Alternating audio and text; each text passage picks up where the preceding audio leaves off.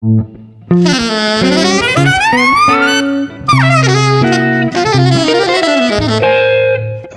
Jazz.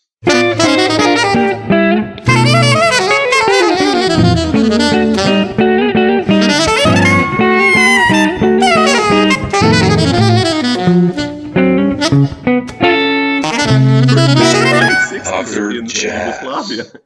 Oh, yes. With Paul Bley, probably, right? Ljubljana. Yeah. And what's the other big city? Maribor? Yes. Wow, amazing. I did for the radio and television. Yeah. Wow, that's incredible. With who was it with? I think once with Paul Bley, once with Sam Rivers. Wow.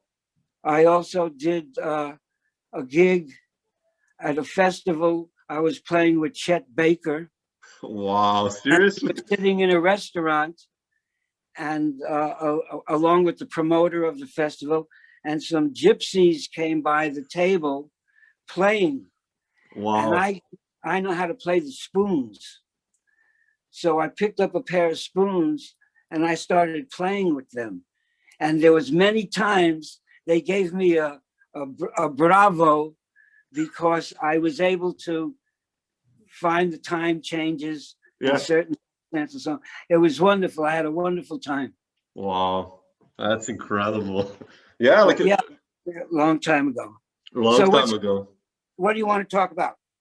Well, you know, I've started doing this talks like last year, and with so many musicians that you've played with also recently, and you know, in the more past, and I kind of just want to ask you some questions about you being a band leader and how it was in the 60s and 70s. And you know, you're on some of my favorite records of all time, and you know, I just want to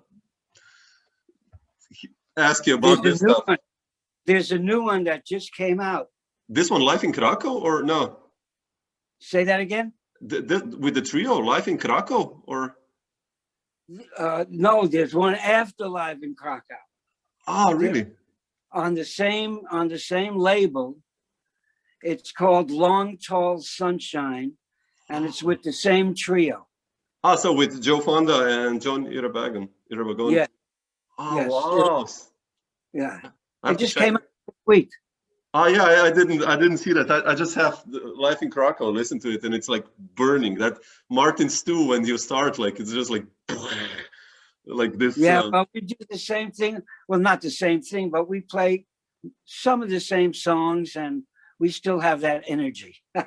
Yeah. When did you guys record that? Well, since when is the recording? This is a fairly recent recording. We're in 21, the end of 18 or wow. 18. Wow, amazing. Yeah. Really? Okay, I have to check it out. I'm looking forward to that. You have so much energy still, like, you know, it's incredible. I love that. Yeah. Yes, I hope it stays. You know. But I wanted to ask you, Barry, about since we're at this your last band with Jon and Joe Fonda. I mean, I guess with Joe you go way back, but like, what about Jon? Where did you meet him? I know you were part of his Foxy band, right? But yes. Well, what happened was Jon at the time was with Let the Other People Do the Killing. And the bass player, who was the organizer of that band as well, was having a week of music that he put together at a place in New York called the Stone. Yeah. And he felt that somehow I should do a duo with Jon. Oh, wow. So that was the first time we ever played together. I didn't know who Jon was. I never heard the name or anything, but I just said, okay, why not? And so and we immediately connected. Yeah. Not just as musicians, but as human beings. And as a matter of fact, at that time, I wasn't experiencing a lot of work. And John at that time, had a lot of attention on him. And so John had asked me to do a couple of projects with him. And in return, I asked him to do some projects with me. And that started our relationship. So we've actually been on tour as a duo, as well as two different trios. He plays in my trio, and I play in his trio. With and Mark, right? Yeah. With Mark Helias, yes. Yeah. I love that band. You and Mark have a special bond. I mean, I have you on like two records with Brahma and Samo, with Ray Anderson, we right? started playing together in the 70s. Yeah. And we're still very close. Matter of fact, he lives just a few minutes from me in the country. We both have little places out of New York City as well as in New York City. Yeah. But during this pandemic, it was much safer to be out of New York City. Yeah, definitely. Yeah, definitely. Now, but I wanted to ask you about, like, you mentioned the 70s and Mark, but I wanted to go even. I mean, I have this interview like we have now tomorrow with William Parker, and he grew up in the Bronx as well, and you also did it. And I wanted to ask you, like, I think you were one of the first, at least to my knowledge, musical knowledge, like one of the first, like, really open, free improvised drummers who started to emerge. Like, and how did you learn this craft in the late 60s or the early 60s? First, the New York group of those type of drummers was Andrew Cyril, Rashid Ali, Sonny Murray, Milford Graves, and myself. Now, I don't know how I became that free drummer. I don't know that, because as far as I'm concerned, my whole attention at the time was in the bop areas. Bebop, neo-bop, free bop, anything that had bop, I was interested in. I was, my idols were like Philly Joe Jones and Elvis Jones and Max Roach and like that. I did not listen to Stockhausen or Stravinsky. Well, I'd listen to some Stravinsky and some, but it was just for listening pleasure. I wasn't really trying to be influenced by that at the time. My sister is a classical pianist. She's a Juilliard graduate and so on. So, and she's 6.5 years older than me. The only relationship I can see to me and free music at the time was when she was practicing Bach or Beethoven, or whoever it was. I played on a drum pad with what she was playing. I wasn't playing time. I wasn't taking the jazz time approach. I was talking with her. I was in conversation. She didn't know it. I was in a different room. But still, I was practicing what she was playing. Now that's the only thing my first relationship with open music was with Paul Bley. Yeah, sure. Paul Bley, I had known him through a recording studio. I was a janitor in a recording studio, and he came in to record 2 or 3 times.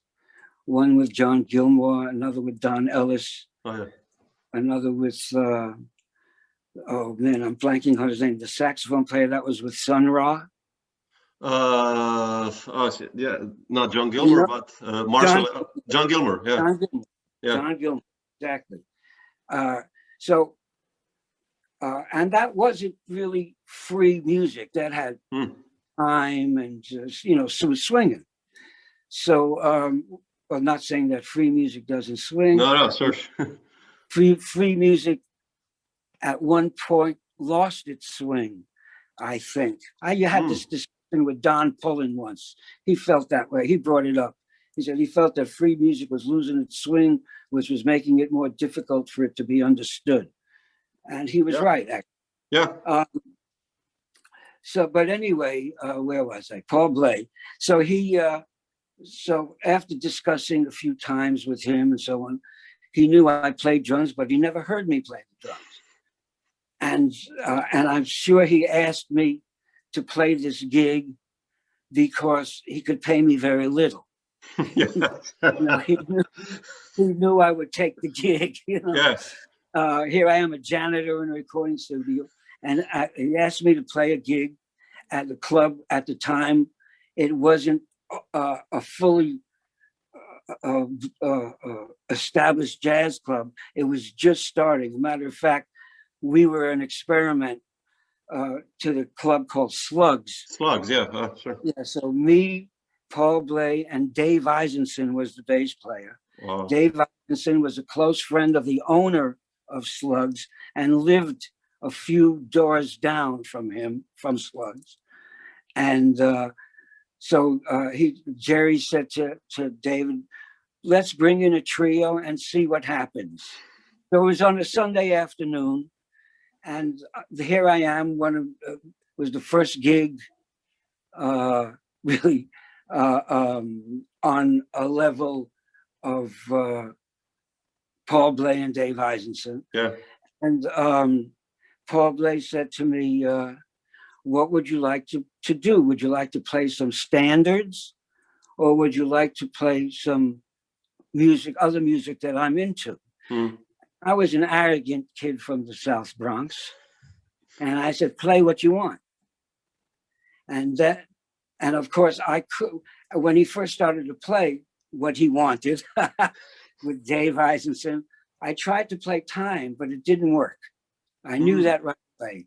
I said, this isn't working. So I just started to play almost like what I was playing with my sister. Yeah, wow. Almost, because I was there and involved in real time with these musicians and so on. And that was my first experience playing free music.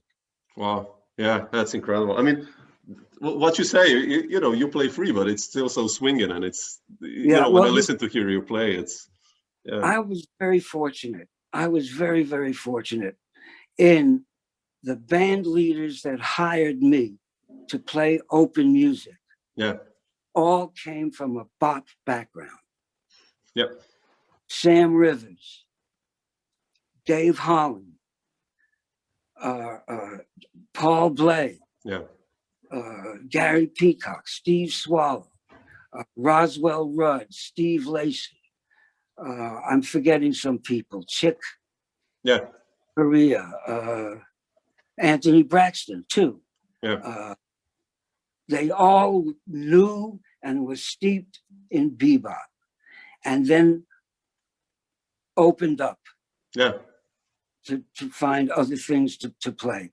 So for me, playing free was a natural extension of the tradition. Sure.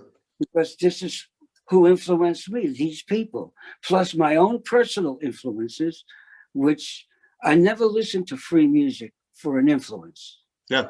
I didn't listen to, we all had our own little niche. Sonny Murray, Rashid, Andrew, Milford, myself. Nobody stepped on each other's place. Everybody, and it was natural. It wasn't conscious. It was like, I remember a story. I was playing at Slugs with Circle, and I was pretty good friends with Philly Joe Jones. And Philly Joe came down to hear Circle 4 nights in a row. Wow. So I went up to Philly Joe. I said, "Hey, Philly," I said, "what do you hear every night? You gonna steal my shit? You coming here to steal my shit?" And he said to me one of the most profound, I never forget. He said, "No, I'm coming here to hear what you do in this situation, so I can keep away from it." Ah, wow. Huh? Interesting. Wow. That's heavy. He said, "This is your shit. Yeah. I'll find something else to play, but I want to see what's happening here." That's deep. Yeah. Wow. Yeah. But you mentioned like circle. And I wanted to ask you, like, so with Paul, I guess, you know, in the beginning, you said you went to Yugoslavia in the 60s, I guess, with Paul. And was with Paul your first time in Europe, like as a touring jazz musician? Yes. How was this experience for you? Like, you know, we're talking about, I guess, 60s, mid 60s. First of all, traveling, dealing with other cultures, other people, other languages, I loved very much. It was fantastic. As far as the music was concerned, I appreciated it more afterwards than during. I'm playing, it's my gig, it's what I'm supposed to do. And of course, as a creative musician, I'm open to what's going on around me from the other musicians, from whatever it is, whatever it takes. Yeah. But I appreciated who it was that I was playing with and what I learned without, you know, just by being there a little later on from each group's experience. Yeah. How did you see also like the development of the Paul Bley trio? You know, like that closer, I think it's with Steve, and then you later with Gary Peacock on bass. Like, how do you see your playing also changing in that trio? Well, just like playing with any group, you play with the people that you're there with. Yeah. So you take on different things with different people. I mean, I never really analyzed it. Yeah, sure. I just, I mean, not at the time. Upon listening later, I don't really listen too much to my own playing, just when I'm in the recording process. But otherwise, I don't really listen to myself. But when I do, I'm very critical of what I'm doing. And so if there's any kind of change, I would notice it after the fact. Yeah. Interesting. Yeah. No, it's so fun to listen to you, you know, like with Closer, with Start and Figfoot, all those Carla Bley's compositions. What you play, it's just, you know, it's mind-blowing considering we're talking about, I don't know, 1965, I guess, or, you know, it's so cool. I mean, nowadays it's natural. See, I don't really appreciate it the same way you do, because to me, it's what I heard in my head. Yeah. You know, to me, it's just like us having this conversation. Yeah. It's what's coming out. Yeah, sure. But it's like nowadays it's natural because we all have all these ways where we can learn, we can listen to, you know, musicians. Especially like nowadays. Back then, there was tape recorders. Yeah. And that's it. Cassette players. And, you know, you had to really do your research to listen to the music. Yeah. And, of course, anyone serious did the research, you know, bought the records, listened to the radio programs, went to record stores just to hang out because a few of them let you play the records and discuss it with the people in the store and so on. And so that was happening. Everything started to change, I guess, in the 80s or late 70s with technology, you know. Yeah, it's funny when I think about it, because nowadays, let's say about drummers, you know, all these mid-generation and younger generation, it's natural that they kind of absorb, because they listen to you and to all the players you mentioned, that, you know, that's part of their repertoire, kind of. Well, that's what it's supposed to be. That's so it's continuum. It so continues. Cool. Yeah. That's how I said. I mean, you know, I was influenced by the people who were doing the influencing in my generation, but I also went back to the 1920s and early drummers, Baby Dodds, Sidney Catlett, and all these guys, you know, a bunch of people I'm not mentioning, but anyway, and learned what what the growth was, what happened to make what is today, you know. Yeah. No, but Barry, I wanted to ask you also, you mentioned Philly Joe Jones came to see Circle. And how did, because you cooperated then so much with Anthony Braxton and Dave Holland and Chick. And how did that group come about? How did that group happen, actually? I mean, what's the story behind it? While Chick and Dave were playing with Miles Davis. Oh, exactly. Yeah. They decided that after a certain amount of time, they were going to leave Miles and Chick was going to form a trio with Dave. And because they wanted to play more open music. Mm-hmm. So they asked me to play with them. So we were playing, we were together about a year or so, a year and a half. And then we were playing at the Village Vanguard, and Braxton was in the audience and had his horn and asked to sit in. Oh, wow. Or we asked him to sit in. One of the, I don't remember, but he came up and he played, and that was that. We experienced Braxton. And so Chick and Braxton started just talking and hanging out a bit. Braxton is a very, very accomplished chess player. Oh, really? I didn't know that. Oh. Oh, yes, quite accomplished. And Chick was into chess. And so they started to play chess together. And I guess discussing music during I wasn't there, I don't know.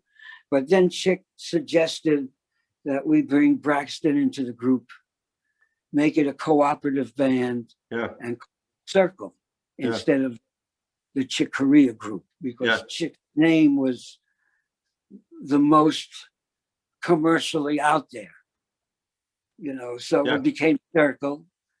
And that's how it became Circle. Yeah, amazing. That's so cool. And so each one of us brought in a particular influence. Yeah, definitely. Yeah.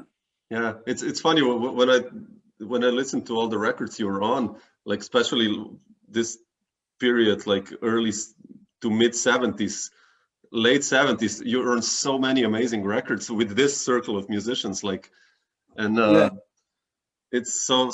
I just wanted to ask you about one, which is Conference of the Birds. With how did that one come about, like, and how was it for you, like, then playing with that group and touring with?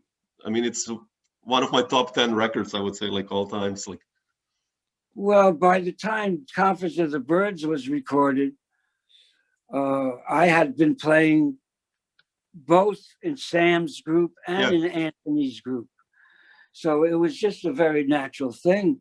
And it was, how it came about was, it was Dave Holland's record date. Yeah. I think it was his first one. I don't know. Might have been. And it was his record date. So he asked us to play on this record with his music. He wrote all the music. And so that's what it was. For us, it was a record date. Yeah. It wasn't anything super special. It was, I mean, not in our minds. I mean, sure. Because this is who we played with. This was the group of people. So we just went in to do a record date. Yeah, that's amazing. But then you, with Dave, you played so much also with Anthony, right? And, yes. His own music, and you know, those 5 pieces and the Dortmund Quartet. I love that with George Lewis, and also one record I think with Kenny Wheeler. I think the Dortmund one. And Kenny Wheeler, Anthony's group.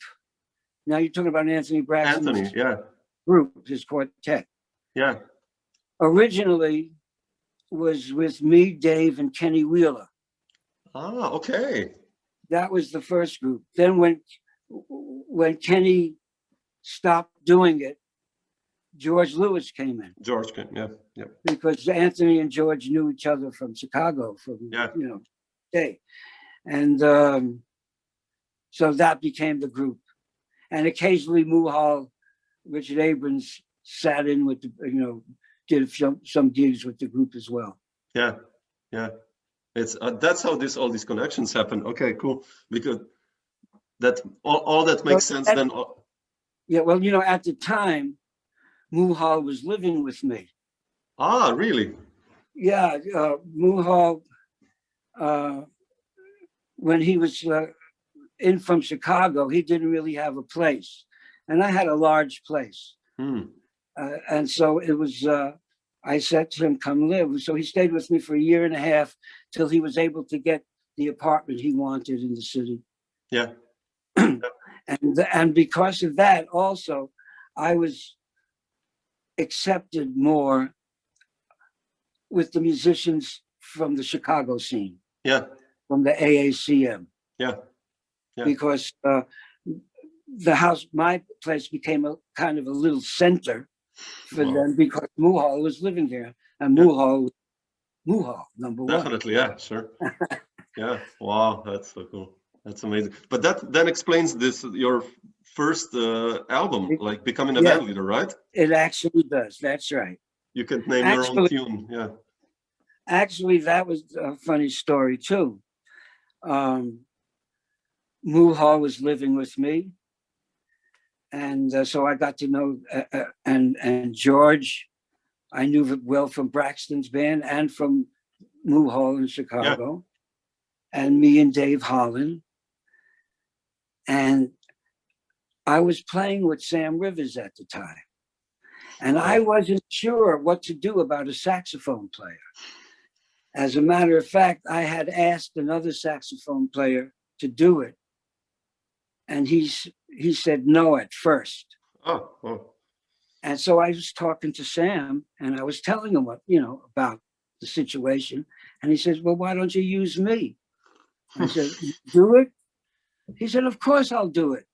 I said, "Great, there it is." And then afterwards, when this other saxophone player heard that Muhal was doing it, he called me back and said, "Okay, I'll do it." I said, "No, too late." Boom. So that first album which was really a nice, You Can't Name Your Own Tune. Yeah, I love that one. The band was great. And they were so respectful of me. Yeah. Because I was the least compositionally equipped. They knew so much more about music than I did in general. I mean, you know. Yeah. And so they treated me fantastic, and the music sounds it. It's a good album. I like it. It's incredible. I think some of the tunes. I wanted to ask you, how did you approach writing the music? Like that song "Natal Chart," I think, like with the growing in tempo and fast intervals. Natal Chart is something else, yeah. But usually I sit at the piano and compose with the piano. I don't. But Natal Chart was different. Natal Chart's tonality was based on my astrological chart. Oh, wow. Okay. In other words, now this is logical actually, but there's this book out that I read that really explains this to detail. But if you were to take astrology or astronomy, whatever, and you deal with the planets, right? That's when you deal with Mars, with Sagittarius, with this and that. Each planet, the Earth as well, spins. Yeah. It turns. It spins on its own axis, which creates a vibration. That vibration has a sound. That sound is the note. Yeah. You know, it is an actual note. So there's this book that I found that had the notes of each planet. Wow. Okay. So I had a friend of mine do my astrological chart, and we found out the planets, and we got the notes, and that's how I wrote that one. I love that one. Well, what's happening musically is just like, it's amazing. I love that one. But when was the moment, Barry? Like, because this is like 1977 or 76, I think. When was the moment that you decided to lead a band, to become a band leader? When was that? It was It was during the period with Sam Rivers. Mm-hmm. I was playing with Sam, and then I went to Japan with Paul Bley. And Gary Peacock was living in Japan at the time, Oh, yeah. and we persuaded him to do the tour with us because he really wasn't into touring at that time too much. He was studying Japanese medicine and philosophy and so on there. And when we came back off that tour, somehow I got this, so that's what it was. I got the record date. I was able to get this record date. And so from that record date, I saw that I'm capable of putting a band together and making some music. And so it was the next step. Yeah, it was the next step to do. When that happened, I was a side man for about 12 years, 13 years before I became a band leader. Yeah. Did you enjoy it, that first session as a band leader, like taking this responsibility? Even now, how do you see yourself? That's what I said. They were so respectful and so easy to work with. Yeah. So no, it was great. It was great. Yeah. You still enjoy it now, like leading bands, like having your own group, like? I guess so, if you still do it, right? After. Oh, sure. Yeah. I don't find it to be that heavy of a responsibility, really. First of all, everyone in the band is a leader themselves. Yeah. So there's a certain understanding right there of what's going on. Yeah. And as long as I could take care of my responsibilities, pay the salaries, have their expenses taken care of, and give them the opportunity to play some music. Yeah, that's cool. Yeah. You learned also from some incredible band leaders, so how to do that. Certainly did. Yeah, definitely. But I wanted to ask you then. We spoke also about Mark Elias, and I wanted to ask you then about the other Somewhere Else in Brahma that you did with Ray Anderson, which were the next two records. How did that trio then happen? Like, you met Mark, I guess, through Anthony, right? Braxton, or? No. No. Oh. I met, first of all, Mark wasn't the first bass player in my group. The first bass player in my quartet was Rick Rozie. But on my second record date, Brian Smith was the bass player. Now, when I formed, after the first group I formed, I guess was after the all-star bands, was with Anthony Davis. Oh yeah, exactly. First two, yeah, of course. Anthony Davis, Rick Rozie, or Rozie, and Ray Anderson. Exactly. Now I got Ray Anderson as a record. He was also with Braxton, and George Lewis also recommended him to me. Okay. So, and Ray Anderson had been playing quite a bit with Mark, and so he brought Mark in. And Mark also was very tight with Anthony Davis. Yeah. And so then Anthony left the band to form a group with James Newton. Yeah, sure. With James Newton. And so I was starting to look for a fourth member when Ray said to me, he plays in another trio with Mark and Jerry Hemingway. Jerry, yeah. Bass trombone, I think it's called. Yeah. And I said, well, how do you feel about playing another trio, doing a trio with me, you, and Mark? He said, okay. Mark said, okay. And Brahma took off a bit. I mean, we had, for 2 or 3 years, we had a bunch of gigs. We were on tour a lot. And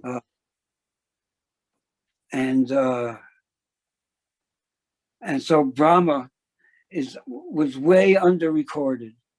Yeah. I have a bunch of tapes now that I would love to get put out. Oh yeah. Yeah. I don't know how or what, but I have a bunch of live recording tapes. Wow. And they're wonderful. The music is great. Yeah. So can you believe amazing. I have a lot of tapes that I want to put out. I have some tapes with Dave Eisenson and Perry Robinson that was recorded at Ornette Coleman's loft. Wow. And things like that. But yeah, so then Brahma, that lasted almost 5 years. Wow, that's a long time, yeah. And then I went to Europe. We were going on tour, and Ray got sick. Ray got Bell's palsy. You know what Bell's palsy is? No. I had it also. You wake up one day and half of your face is paralyzed. Oh shit! Wow. It doesn't last forever, but Ray couldn't play. Yeah. As a matter of fact, we had to learn a new embouchure, which he still uses today, in order to play. Yeah. You know, the trombone. Wow. But so me and Mark, we went to do the tour, and we also had a record date. So I said, what am I going to do with this? I want to keep the record date. Okay. So that's when I called up Enrico Rava and John Surman. I love that record, Irina. Then that came about. Right. Yeah. Yes. Oh yeah. Okay. So we did that. Yeah. That's such a burning. Enrico is on that one, like amazing. I mean, also John Surman. I'm such a big fan of John. He's like one of the most underrated players like around. Yeah, he's a great player. Yeah. And this was also more on the free bop. Yeah, yeah. It was, it was melodic, it was in time, and that. But how did you then decide to stay? When was the moment? I think then you went to Paris, right? Moved. When was that moment? That was in 1983. And how come you decided to do that? Musically or? Wife was French. Ah, okay. Her children were French, which I kind of adopted. Yeah. Not legally, but in all other ways. And I don't know if it was a good thing or a bad thing, but it's just what it was. Yeah, sure. It was that at the height of my career in New York, I left. Yeah. I went to Paris. But on the other hand, who was in Paris and what was happening with me in Paris was great. I mean, George Lewis was there, Mel Waldron was there, Steve Lacy was there, Don Cherry was there, exactly. Frank Wright was there, Bobby Few, John Betts, Oliver Johnson. I mean, there was a whole Steve Lacy. I mean, there was a whole. Was there. Yeah. Huh? No, the drummer, John Betts, also, of course. Yeah, in Paris. Yeah. So we were all there. And the first day I arrived, there was a party at Steve Lacy's house. Oh, wow. So I went to Lacy's house, and, everyone was there. The whole Paris scene, jazz, American scene, was there. And they said to me, you're going to find out what it's like to be a working musician in 6 months. You don't know yet. I says, what do you mean? He says, you'll see. And in 6 months, I was booked for the next 2 years. Wow. That's incredible. Yeah, because you did a lot for Soul Note, right? Like those records with Franco de Andrea. Yeah, and those I was the house drummer there for a while. Yeah, yeah. But and so Europe was very good to me. Yeah. And that was my first period of staying, though that was my longest period of staying. Yeah. I stayed for 10 years. Wow. But before that, 1965, I stayed in Europe for about a year. Oh, really? And in 1968, I stayed in Europe for almost 2 years. Where were you in those periods? In Holland and in Germany. Oh, wow. Okay. I was in Berlin.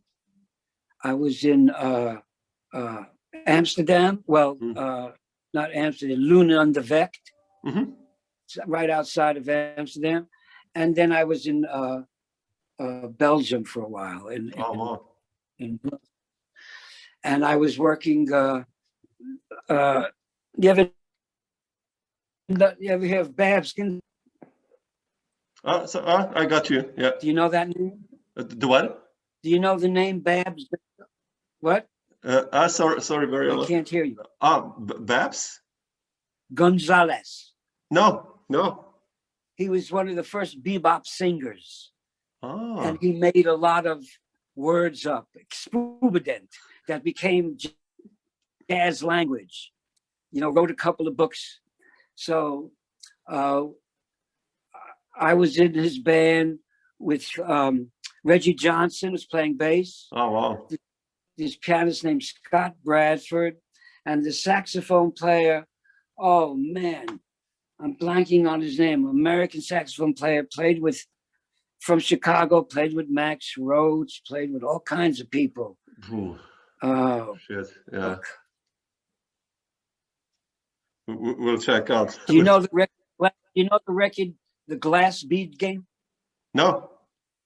Because that's one of his records. Wait, let's see. He was with Mingus when Eric Dolphy was in the band.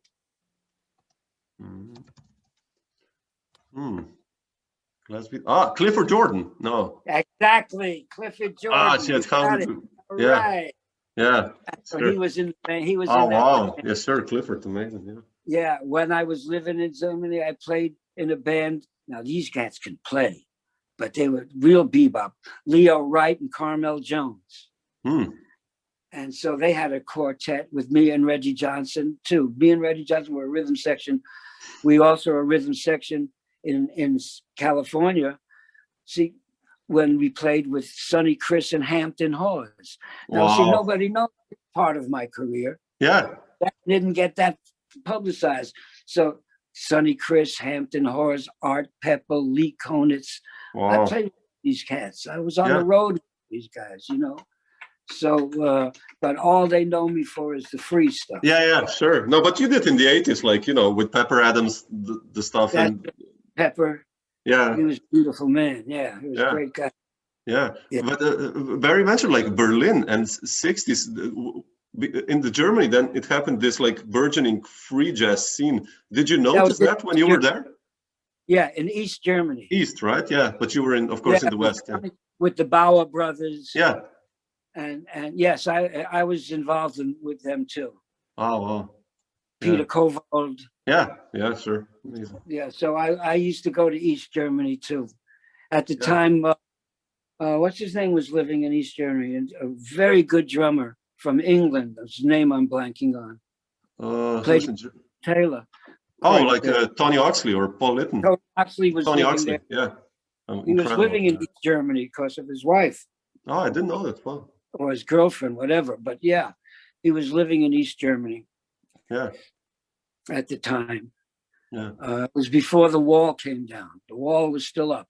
Yeah, sure. That's way before. But then what? When you came back to New York, like in mid '90s, how did you feel then musically? For you, how was the scene like? Because it has changed, right? When I came back to New York, I had missed 10 years. That's a whole generation of music. I missed what was called the downtown scene. Yeah. I missed that whole scene. I was forgotten about.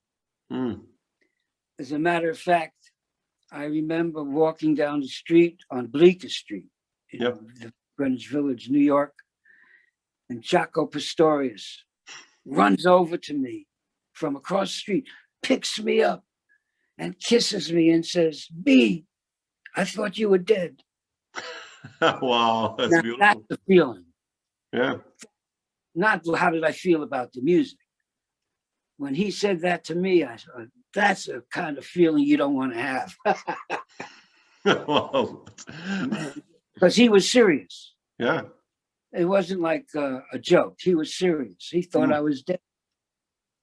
Because you kind of got involved in the Paris scene. You didn't play with New York musicians, right, at the time, then in the late 80s? I played with New York musicians who came to Paris. To Paris, of course, yeah. But I didn't, even the times I came back to New York to visit, yeah, I just visited friends and family. I didn't try to get any gigs. Yeah, sure. So when I came back, it was like I was dead. Yeah. So what I did was I started teaching, and I did 9 years, almost 10 years at Sarah Lawrence College. Oh, wow, okay. So I taught there for, almost 10 years. And during that period, I had little gigs, a little gig here in New York, a little gig there in New York.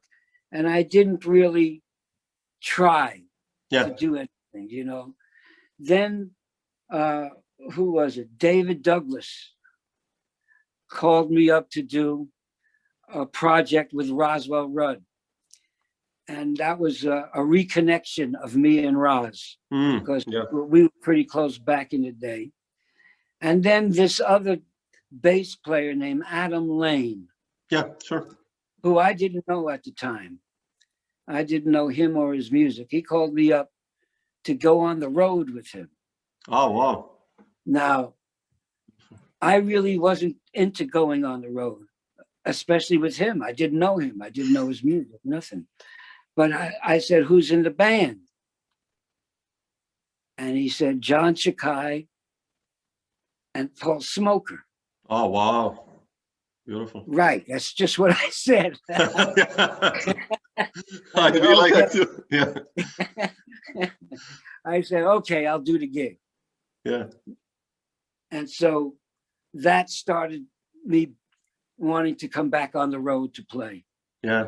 Yeah, that's beautiful. So from there, I joined the band, or I was asked to join the band with Steve Swell, and Gebhard Ullman. Ullman, yeah, sure, no. And Hilliard Green. Yeah. So we were a quartet for a while. And then I got involved with Joe Fonda and Billy Bang. Wow, really? And that was called the Fab Trio. Oh, yeah, Fonda, exactly. Of course. Yeah, sure. Yeah, Fonda, Altschul, and Bang. We did about 5 CDs. Yeah. We were together for a number of years.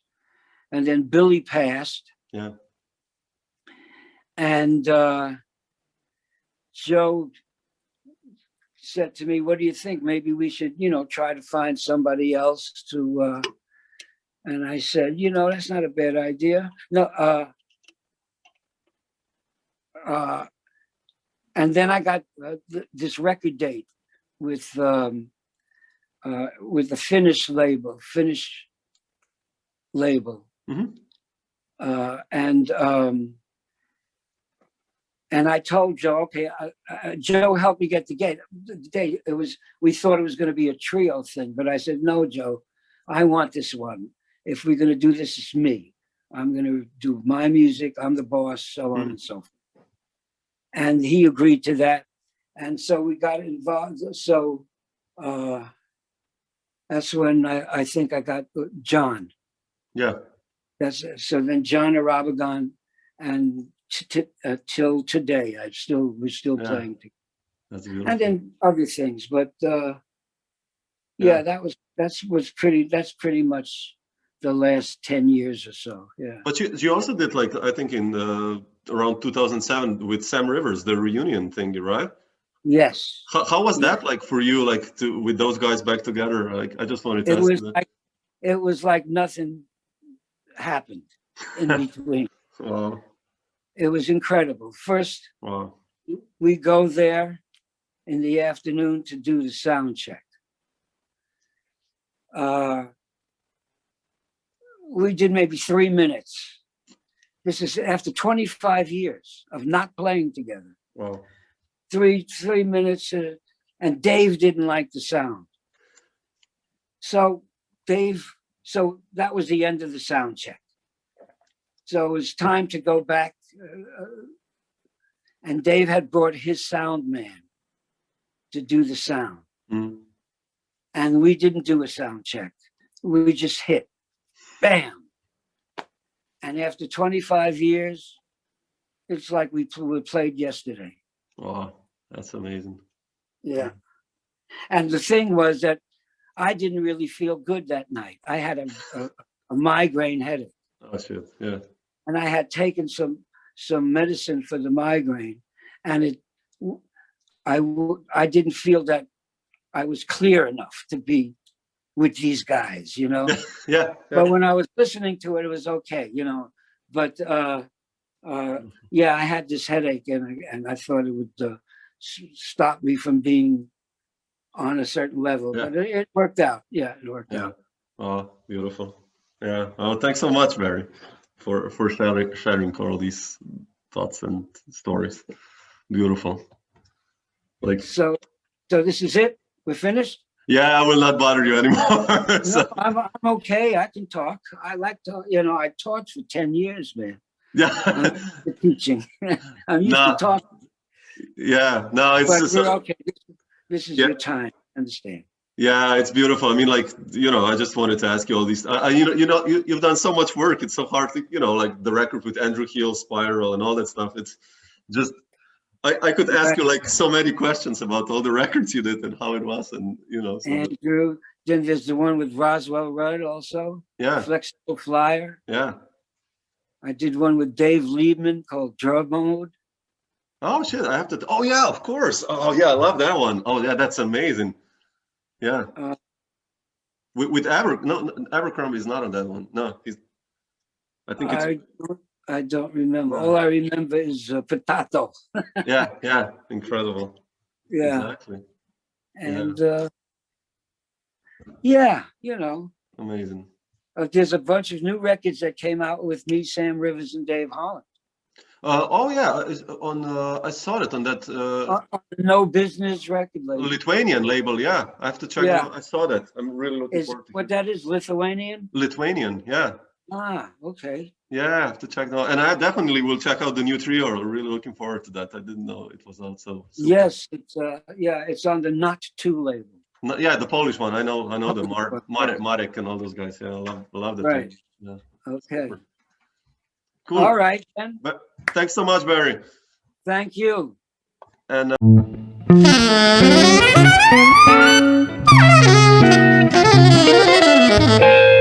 Dr. Jazz.